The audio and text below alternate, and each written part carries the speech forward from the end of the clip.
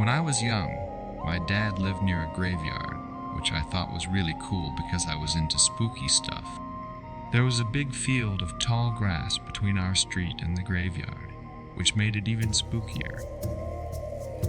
When we arrived at the house, I was unhappy that my sister and I had to sleep alone in the basement. The basement had 13 red stairs, which made me uneasy, even though my dad laughed at me. I didn't know much about scary stuff related to numbers, but those stairs gave me a weird feeling. The first strange thing that happened was when my sister and I were lying on the mattress in our room without a door. We heard a woman's voice softly calling us to come out into the dark. It made me feel like I should follow her, but something didn't seem right, so I stayed with my sister to keep her safe. This might have made the woman angry because on the second or third night, we heard someone walking up and down the stairs, sometimes on all fours. They whispered to themselves, but we ignored it because it was so quiet that it might have been nothing. That night, something happened that changed how I view spooky stuff forever. It was another night, and things were more active than usual. The air felt like static, and there was more movement in the dark. We heard someone running down the stairs, which scared my sister, so she whimpered and climbed into bed next to me. I grabbed her, and we moved back against the wall. Just when I thought we were safe, the woman showed herself physically for the first time. We stared into the darkness, and she poked her head into the room from the top left of the doorway. But something was very wrong. My sister screamed, but I was too shocked to move until it quickly pulled its head back into the darkness. I dragged my sister into the small bathroom attached to our bedroom. I've always kept the most important part of that story a secret from everyone, including myself. I used to say it was a girl with long black hair and a pale face, which was close, but deep down I knew the truth was too unsettling to admit. It had long brown hair like mine. It had my face. It looked like me, but pale, sickly, and exhausted. I'd always been proud of my long hair, but after that I cut it to my shoulders.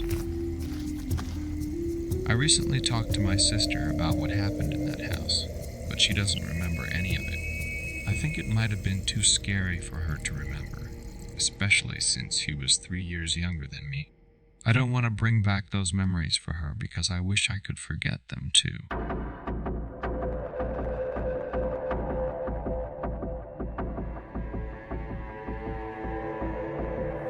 A few years ago, my friends and I wanted to celebrate Christmas, so we booked an Airbnb. We found one at a good price, but it was in a rural area. What we didn't know was that it was right across the road from a graveyard. After a long drive, we arrived and unpacked our stuff. We decided to explore the area. There were a few houses down the road, but the rest of the land was empty. All around us was a big field with tall, dry grass. We saw the graveyard but didn't go in. A few days later, we were in the kitchen after dinner. It was dark, maybe around 10:30 p.m.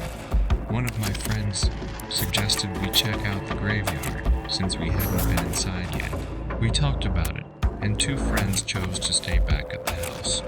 So 3 of us went to explore.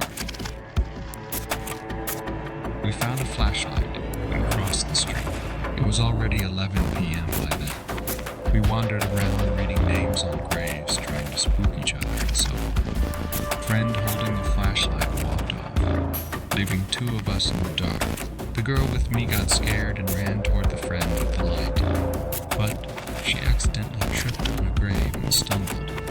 As she tried to regain her balance, she stepped forward and tripped over the same tombstone. Thankfully, she was okay.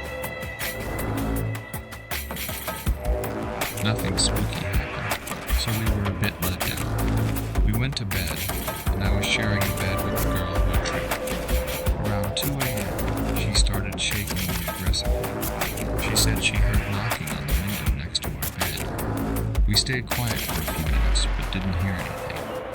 I lay back down, but as soon as I did, I heard knocking on the wall. We were both pretty scared by then. We agreed that if we heard it one more time, we'd wake up our friends. We waited nervously, and after a while, we heard 2 sharp knocks against the bed frame. We got up right away to tell our friends, but they didn't believe us. Even now, we're not sure what it was.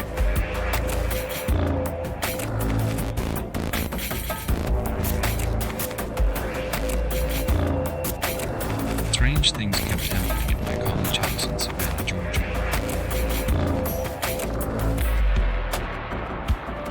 During my junior year of college, I left renewing my lease until the last minute. When I realized I couldn't stay where I was, I didn't have many options. Fortunately, some coworkers offered me their upstairs game room for $400 a month. This was a big drop from my previous rent of $900 a month, so I accepted right away. It was only supposed to be for 4 months, and by January, I'd be moving back downtown with some friends from college. The house was in Montgomery, roughly 18 minutes away from downtown Savannah. It was a dark brick home with 2 floors and a spacious yard that bordered a swampy area. The property was filled with oak trees covered in Spanish moss. My roommates were much older than me, but they were so fun to hang out with. One night, we were playing poker in the kitchen when we all heard a loud banging at the door. It sounded like someone was trying to come in, but the door was locked. We thought it might be our roommate Kyle, who might have forgotten his keys. I got up to open the door, but when I did, no one was there. I looked outside, but the yard was empty. When I went back to the table, my roommate said they also heard the banging. I was a bit confused, but we didn't think much of it and continued playing cards. A few weeks later, my roommate Sean brought home a bottle of Jameson, and after a brunch shift at the bar, Sean, Billy, and I decided to have some drink. We were sitting at the kitchen table and had already finished about a quarter of the bottle. We were chatting about work, laughing, and taking shots. Then, suddenly, all 3 of us looked at the linoleum countertop at the same time. I'm not sure what made us do it, but when I glanced over my shoulder, I saw a bowl sliding across the counter in a strange way. It looked like a frail finger was pushing it toward nowhere in particular. I looked back at Sean and Billy, and they were both stunned, their mouths hanging open. We started laughing again, but it was that nervous kind of laughter you have when you feel uneasy. Did you guys see that too? Billy asked. We confirmed, and then I went over to the countertop. I ran my hand over it, expecting it to be wet, but it was completely dry. There was no breeze, no invisible string, no trickery. It was unsettling, but we brushed it off and went back to drinking. About a month later, it was October. My parents came down from North Georgia to visit, and they brought Duke, our blue heeler, with them. We walked around River Street, ate at Vic's, and visited the candy kitchen. We had a great time. After dinner, my parents told me that their hotel didn't allow pets, so they asked if I could keep Duke overnight. I agreed happily. When Duke and I got back to the house, I brought him inside. He played with my roommates for a while, and when it got late, we went up to the game room. My bed was in a corner of the room, facing 2 large windows on the opposite wall. At some point, I fell asleep with Duke curled up at the foot of the bed. I'm a heavy sleeper, not much wakes me up. But suddenly, I woke up from a deep sleep to a low, growling noise. Moonlight was coming in through the windows, and I saw Duke standing up. His fur was raised, and he was making this guttural growl I had never heard before. He was looking up at something I couldn't see. It seemed to be hovering over the bed. I felt instantly uneasy and pulled the dog close to me. This calmed him down, and I managed to fall back asleep somehow. When November came, I decided to go to my family's Thanksgiving in North Georgia. Our house is on a small cattle farm in LJ, and drove up and stayed for a couple of days. One afternoon, I felt extremely tired, so I went up to my room and took a nap. When I woke up, I couldn't move. I felt sweat on my forehead. From the corner of my eye, I saw my mirror above my dresser. What I saw in the reflection was terrifying. An old woman, pale, skinny, and wet, was hovering over me. She had black hair and gave off a feeling of fear and malice. I was freaking out, trying to break free from this paralysis. After a few moments, I snapped out of it. My heart was racing, and I jumped out of bed. The woman was nowhere to be seen. In December, it was my last month at the house. One evening, my roommates and I were taking turns playing chess. I don't remember how we got onto the topic, but we started talking about death and dying. Billy then asked Cian about the woman who used to live in the house. Cian was very straightforward, honest, and not someone to make up stories. He paused for a moment and looked at me.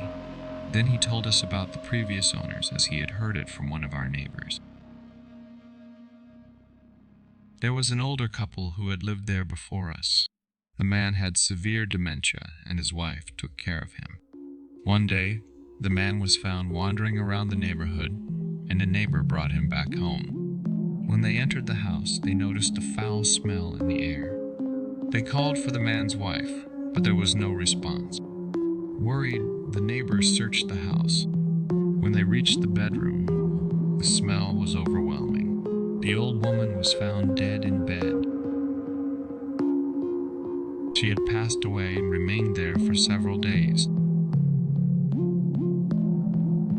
I felt chills hearing that story, and it made me think back to the strange sleep paralysis incident and all the other weird things that happened in the house. I don't live there anymore, and the house has been sold since. Maybe it was all just unrelated strange events and tricks of the mind.